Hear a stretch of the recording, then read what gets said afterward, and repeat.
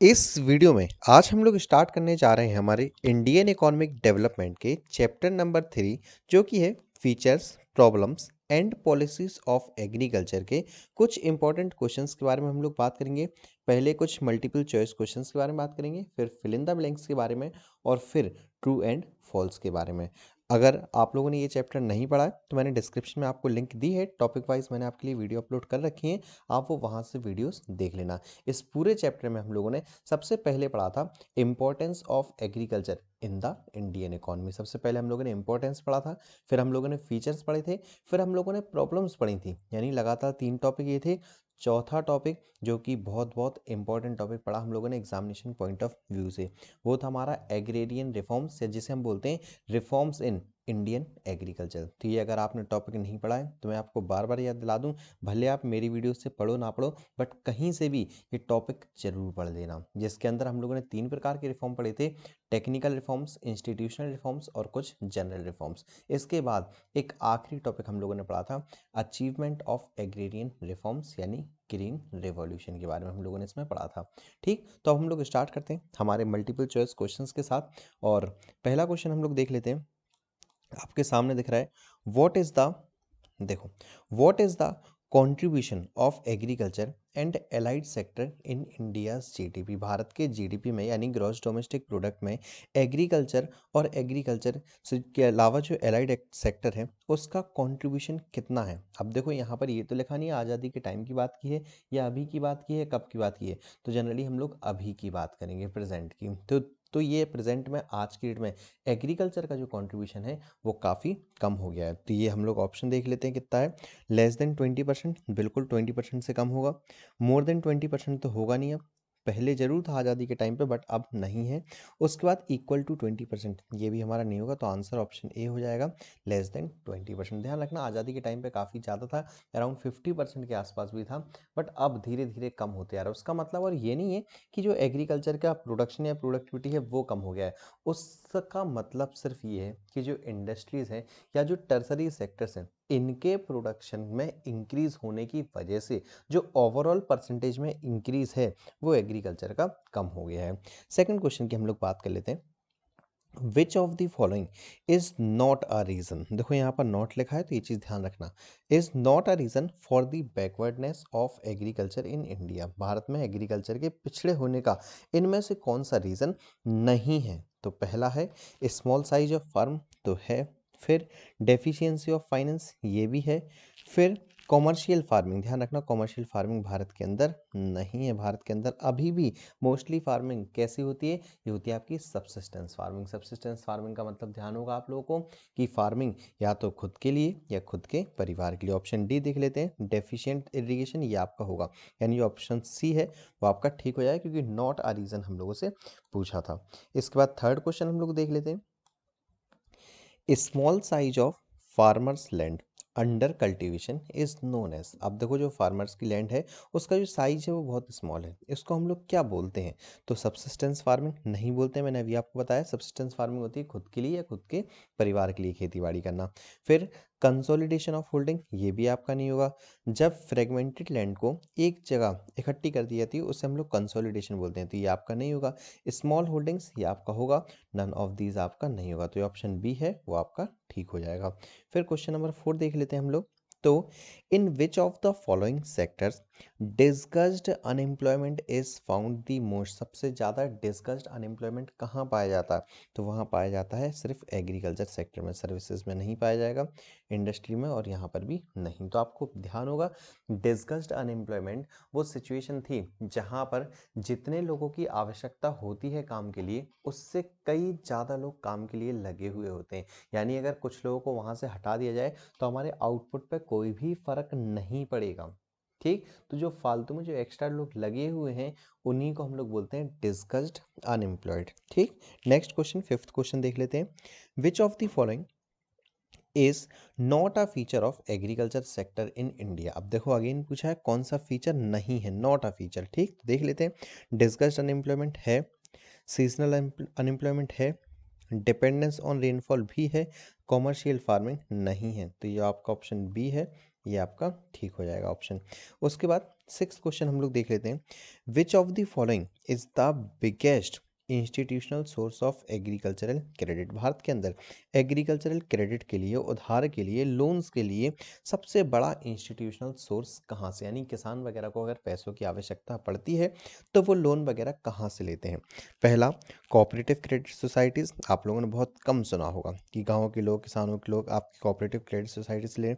Regional rural bank आप लोगों ने सुना है, बट फिर भी इतना ज़्यादा नहीं सुना होगा। फिर जो आपकी कॉमर्शियल बैंक है, यानी एसबीआई हुई, पीएनबी हुई, ठीक, ये सब से लोन ज़्यादा लेते हैं, तो आपका जो ऑप्शन बी है वो आपका ठीक हो जाएगा।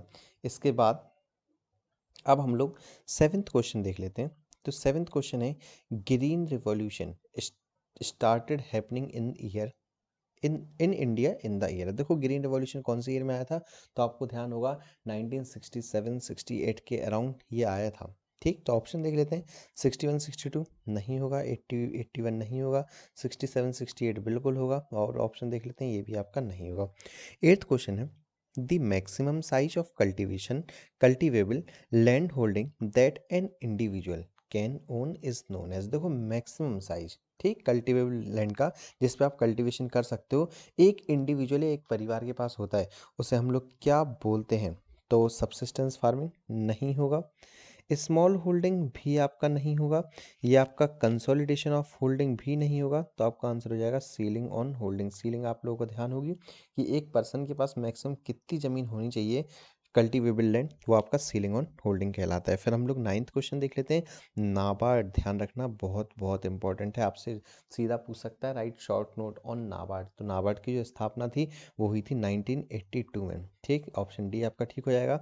बाकी आप नाबार्ड का फुल फॉर्म जरूर ध्यान रखना, national bank for agriculture and rural development. ठीक, आपसे एक नंबर में भी पूछा जा सकता है। फिर हम लोग टेंथ क्वेश्चन देख लेते हैं। Which of the following statements is correct about agriculture sector in India? Bharat में एग्रीकल्चर सेक्टर के लिए कौन सा स्टेटमेंट करेक्ट है वो आपका बताना है। तो पहला पॉइंट है, it is a significant source of ways good. बिल्कुल आपका ठीक है पहला पॉइंट, बट हम लोग सारे ऑप्शन पढ़ेंगे। Second point, B point, it is a source of raw material for the industry. ये भी आपका ठीक है, इंडस्ट्रीज के लिए रॉ मटेरियल वगैरह एग्रीकल्चर ही प्रोवाइड करता है। C point, in India agriculture is the main source of employment. ये भी आपका ठीक है, तो ये आपका ऑप्शन डी है, ऑल ऑफ दिस ये आपका ठीक हो जाएगा। ठीक, इसके बाद हम लोग देख लेते हैं फिल इन द ब्लैंक्स। तो हम लोग पहला क्वेश्चन पढ़ते हैं। Dash is an apex bank of the country with regard to agriculture credit. देखो यहाँ पर एग्रीकल्चर के लिए क्रेडिट की बात की है, तो एग्रीकल्चर क्रेडिट के लिए जो मेन बैंक है, एपेक्स बैंक है, वो हमारे पास है नाबार्ड। नाबार्ड का फुल फॉर्म ध्यान होगा, national bank for agriculture and rural development. ठीक, सेकंड क्वेश्चन देख लेते हैं हम लोग। Dash is an automatic solution to fragmentation and subdivision of holding. तो इसका आंसर होगा आपका कोऑपरेटिव फार्मिंग। ठीक, तो फ्रेगमेंटेशन वगैरह और जो होल्डिंग्स आपकी डिवाइडेड हैं वो कोऑपरेटिव फार्मिंग से दूर हो सकती हैं।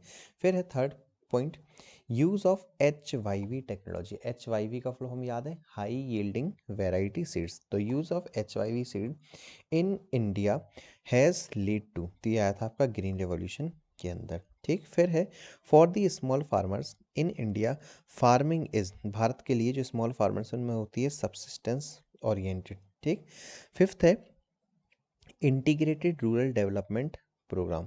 तो ये इसका ध्यान रखना, IRDP।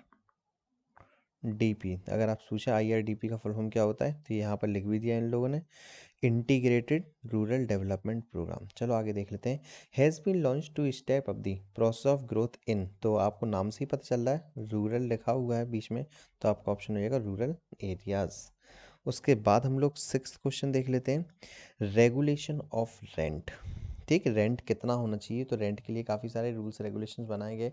आप लोगों को ध्यान होगा, रेंट मैक्सिमम आपका 1/3 से ज़्यादा नहीं होना चाहिए। ठीक, इसकी रूल बनाया गया था।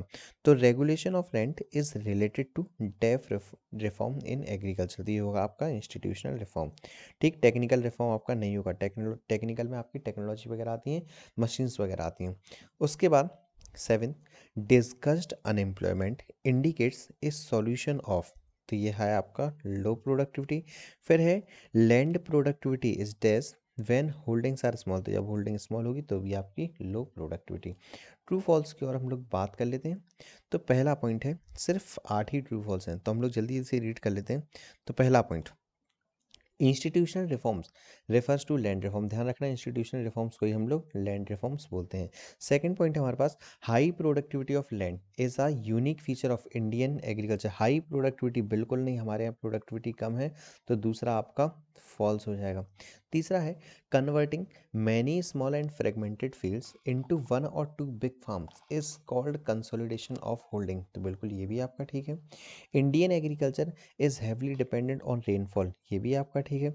Commercialisation of agriculture in India has led to loss of productivity, ये आपका फॉल्स हो जाएगा, कॉमर्शलाइजेशन से प्रोडक्टिविटी कम थोड़ी होती है।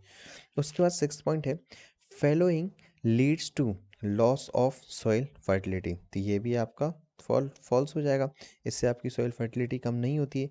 फिर है, marketable surplus of wheat is equals to output of wheat minus farm consumption of wheat, बिल्कुल आपका जो सरप्लस होता है वो क्या होता है, कितना आउटपुट निकला है और कितना उसमें कंजम्पशन, यानी कितने उसमें जो रॉ मटेरियल वगैरह लगा वो, तो ये आपका ठीक हो जाएगा। और लास्ट है, owing to white revolution there was a significant rise in milk product, तो मिल्क प्रोडक्शन के लिए ही हमारा वाइट रिवॉल्यूशन आया, तो ये भी आपका ठीक है। तो ये थे आपके कुछ इंपॉर्टेंट क्वेश्चंस, आप लोग ध्यान रखना ये सिर्फ शॉर्ट क्वेश्चंस थे।